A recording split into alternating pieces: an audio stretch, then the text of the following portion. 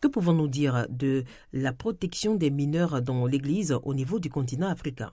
De ce que j'ai pu observer, en tout cas, je pense qu'il y a une volonté de certains pays, de certaines conférences épiscopales, de pouvoir, avancer sur cette question, de pouvoir se laisser interpeller et de pouvoir adopter des réflexes, des bons réflexes sur la sauvegarde et sur la culture de la sauvegarde. Souvent, ce que j'observe et ce que j'entends, c'est que les moyens, ce sont les moyens parfois humains et financiers qui manquent et aussi, un manque de visibilité parfois et un peu d'accompagnement de comment est-ce qu'on peut mettre en place, par quoi on commence, pour mettre en place, toute cette question de sauvegarde, de la protection des mineurs et aussi ce que j'entends, c'est qu'il y a encore beaucoup de travail de sensibilisation à faire auprès des familles, auprès des parents, auprès du corps enseignant parce que cette question, elle est encore pour beaucoup taboue. Elle est encore pour beaucoup, source de secret, de silence. On n'en parle pas. Donc comment faire pour aider les victimes à sortir du silence, mais aussi les adultes à entendre et à être à l'écoute de ce qui peut se vivre pour les mineurs victimes? Quelle est la mission de la commission dans laquelle vous œuvrez dans le cadre de la lutte contre les abus des mineurs? Je crois que vraiment le but de la commission, il y en a plusieurs, mais que nous sommes vraiment là pour essayer justement d'apporter, notre soutien, notre expertise, de tenter d'éclairer et d'accompagner les différents pays, les différents diocèses, en orientant vers des actions concrètes, vers des bonnes pratiques, en essayant de rassembler les experts dans ce domaine afin qu'on fasse église ensemble, afin qu'il y ait des actions universelles qui soient, efficientes, efficaces sur le long terme.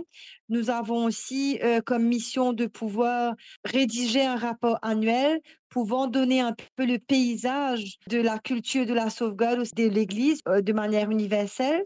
Nous savons aussi que tout ce qui est de la pédocriminalité sur les réseaux sociaux prennent de plus en plus d'ampleur. Donc il nous a été aussi demandé de nous pencher sur cette question, très délicate, mais qui touche beaucoup de mineurs victimes et la question aussi des adultes vulnérables. On parle de vulnérabilité, mais de quoi parle-t-on exactement? Donc nous essayons aussi de nous pencher, de réfléchir sur cette question, entre autres. Comment cette commission travaille-t-elle sur le terrain? Alors nous avons, 2 fois par an des réunions, des sessions plénières où nous nous rencontrons tous ensemble pour discuter un peu les grandes lignes de notre mandat et au niveau des régions, nous nous rencontrons une fois par mois et selon les régions, nous avons, différentes manières de travailler. Donc au niveau de la région africaine, nous prenons le temps d'essayer de connaître un petit peu les réalités de chaque diocèse, de chaque pays. Nous prenons le temps aussi avec, les Adlimina Report et de voir qu'est-ce qui s'en dégage pour tenter de développer un plan stratégique, des actions que nous pouvons poser sur le long terme. Nous avons aussi, des visites que nous faisons, aux conférences épiscopales pour tenter de mieux sensibiliser les évêques sur cette question, épineuse des agressions sexuelles. Donc c'est vraiment d'essayer de mettre en commun nos forces, et nos compétences pour être au service, des différentes conférences épiscopales et d'essayer d'apporter du mieux possible, notre aide et notre accompagnement. Justement, avec les conférences épiscopales, quelles sont les initiatives mises en place? Alors, une des initiatives que nous avons faites la semaine dernière, avec les conférences épiscopales, c'est que nous avons proposé à l'île Maurice, au sein du diocèse de Port-Louis, notre évêque Jean-Michaël Duron a invité, différents pays, africains francophones et les inter-îles de la CEDOA à venir, à un séminaire sur la culture de la sauvegarde. Nous avons accueilli 12 pays 12 pays pour une semaine pour les sensibiliser sur cette question des agressions sexuelles et aussi, sur la question de la culture de la sauvegarde, sur la synodalité, sur la bientraitance, sur comment travailler en équipe par rapport à cette question. Donc nous avons accueilli 21 personnes, de différents pays et je dois dire que nous avons eu une semaine extrêmement riche. Alors, nous avons eu, 8 pays africains francophones, dont le Congo, la Côte d'Ivoire, le Rwanda, Haïti, Togo la République centrafricaine, le Cameroun, et nous avons eu sur Madagascar, l'île de la Réunion, les Seychelles, Rodrigue et Comores.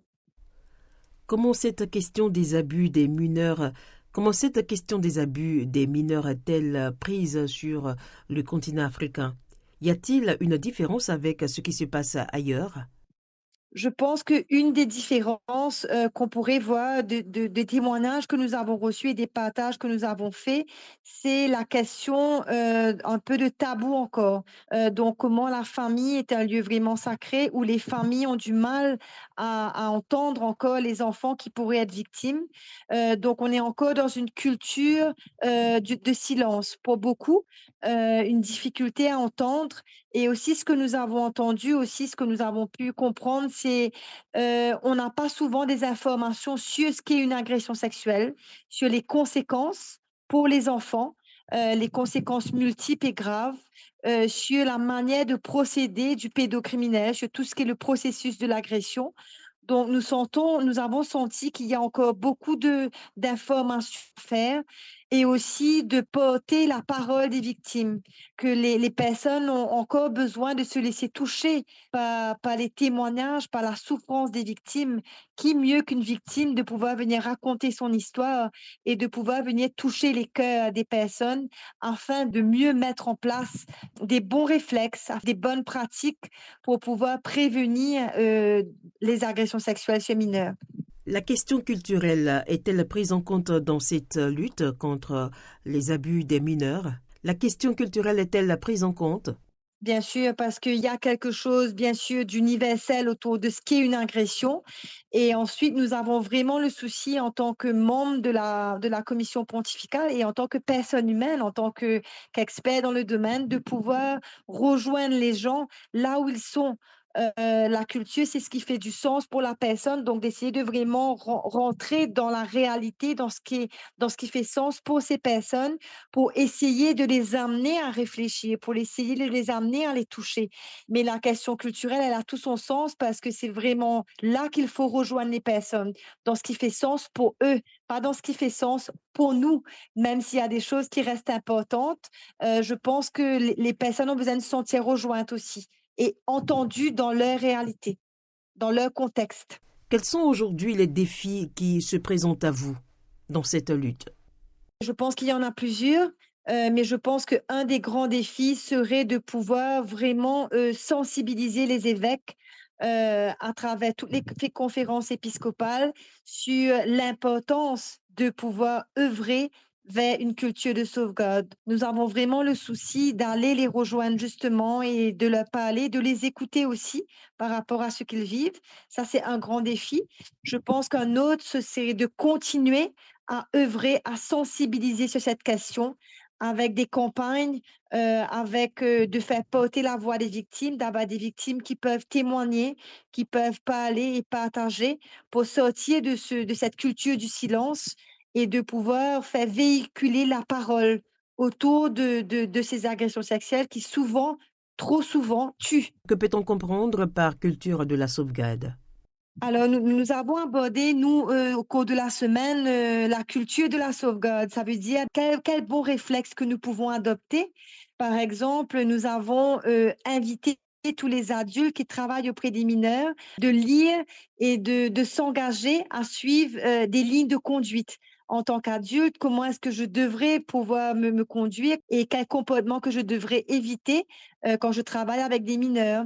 Nous avons aussi abordé la question d'écoute.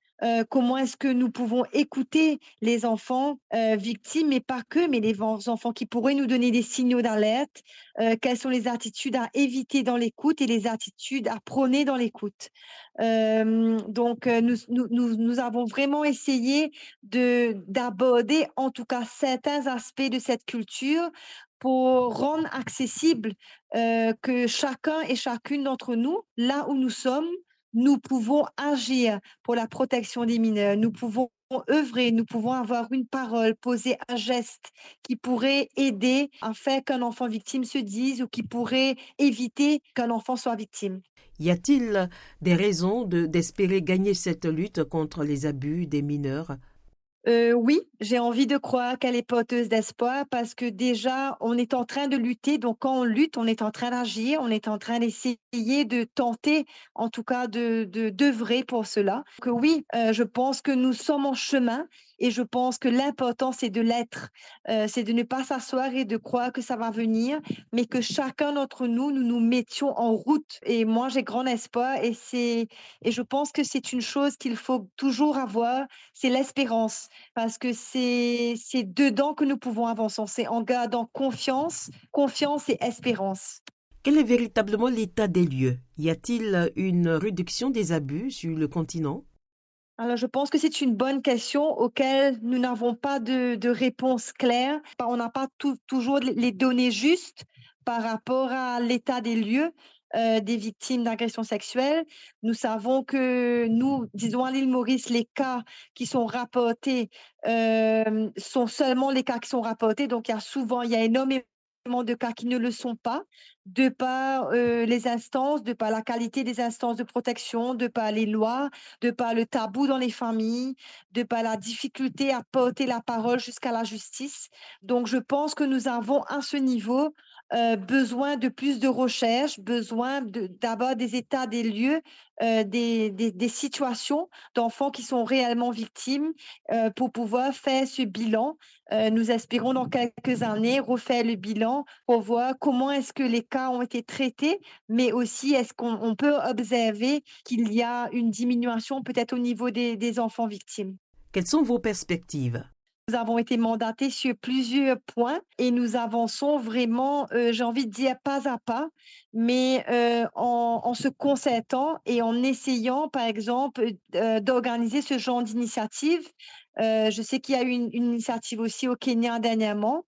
Il y aura, on espère, une initiative au sein des pays européens de réunir des personnes pour réfléchir ensemble à cette question et ensuite de venir apporter un soutien plus précis aux diocèses et aux églises qui en ont besoin et de pouvoir créer des réseaux de formateurs qui sont experts dans la question de la culture de la sauvegarde, créer une boîte d'outils avec des bonnes pratiques que nous pouvons partager, que nous pouvons affiner, que nous pouvons adapter à nos différents contextes socioculturels. Pour moi, une des actions qui est importante, c'est de le mettre ensemble, de mettre ensemble nos forces, de ne pas rester avec nos forces, chacun de son côté, mais de mettre ensemble. Des prêtres sont-ils formés à cette sensibilisation sur le terrain? Au cours de notre session, nous avons accueilli plusieurs prêtres, plusieurs religieuses aussi, canonistes, dont certains sont canonistes. Donc, nous avons eu la joie de pouvoir accueillir certains prêtres qui eux-mêmes ont été très touchés par cette formation.